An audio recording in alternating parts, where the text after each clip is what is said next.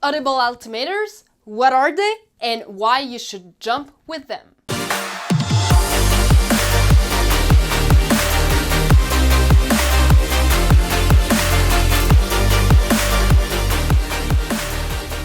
Hey there, this is Catherine Bernier from Skydive Vibes, sharing the passion of skydiving and helping you become a better and safer skydiver. So if you're new here, consider subscribing not to miss our weekly videos all about skydiving. In this video, we talk about Audible Altimeters, but before we start, know that at any time during this video, you can check out the description below to find more interesting resources and useful links. Audible Altimeters are a great addition to your skydiving equipment, and they can provide useful information both in freefall and under canopy. They also help you to keep more altitude awareness. Although I must say that the altitude awareness should always come from you looking at a visual altimeter. And about that, I did a video about the difference between an analog versus a digital altimeter. You can check it out right here. The Audible altimeters will only be there as backup devices and an extra layer of altitude awareness. But do not rely on them to tell you what is your altitude. Do you really need an Audible altimeter? Some drop zone stipulates that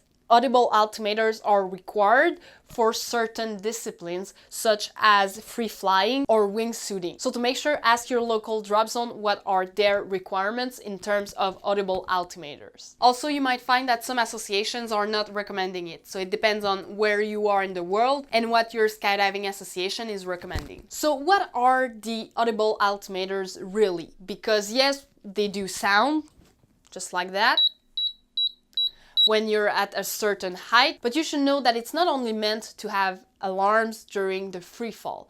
It has a lot more features and we'll dive into those right now. So the first one, of course, are the freefall alarms or high-speed alarms. So those ones are the most desired feature to have on an Audible, and almost all of the Audible altimeters out there have those alarms at a minimum.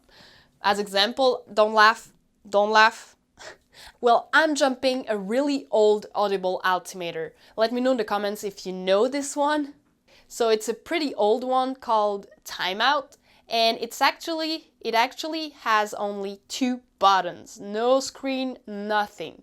And the good thing about that is that, well, it only has the freefall alarms. So I can actually only set one alarm using those 2 buttons there. So I'm using it mostly for break off. So anytime I'm doing a formation, it's time to break off, track, and then open, I'm using it. But it also has other alarms that are set by default. So I know that when I'm opening, it has an alarm, and I'm pretty sure it has a hard deck alarm as well, but I've never went that low to hear it. So most commonly, those freefall alarms come by 3. So you have the break off altitude, the opening deployment altitude, and then you have the hard deck, as we call it, meaning that if you don't have a main above your head at that height, open your reserve. So those are the 3 basics, but a lot of new Audible altimeter have a lot more functions and a lot more programmable alarms. The next type of alarms are the Canopy alarm or low speed alarms. So those alarms are becoming more and more popular, and they are mostly useful during the landing pattern. So to tell you when you reach your 3 landing altitudes. And if we think about skydiving disciplines just like the swoop, those Canopy alarms becomes really useful. Another functionality that you can find on a lot of Audible altimeters are logbook information. So some of the most frequent jumpers don't really have the time to always fill out a logbook. So having your Audible altimeter keeping a track on all the skydive you do can be really useful. And most of the time it also provides a lot more information like the exit altitude and the freefall speed, for example. So ultimately, every skydiver have different requirements in terms of which Audible altimeter they need. So depending on the feature you are looking for, you'll be able to choose the right one for you. And again, check down the description below because I've linked some Audible altimeters that are on the market right now, so you can get a little bit more info about those. So let me give you some guidelines about what type of feature you should be looking at depending on your skydiving discipline and or your level of skydiving. As a new skydiver, of course, you want to keep bit simple stupid. So that means that you want it to be as simple as possible, and so have at least the freefall alarms. Like I was saying, mine is really basic. You only can set your break-off altitude, but that's a great unit for beginners because you don't need to mess around with 20 different alarms. So at first you can use the alarm for your deployment altitude, but then as you get into formations, you will want to use it as your break-off altitude to give you an alert when it's time to track away.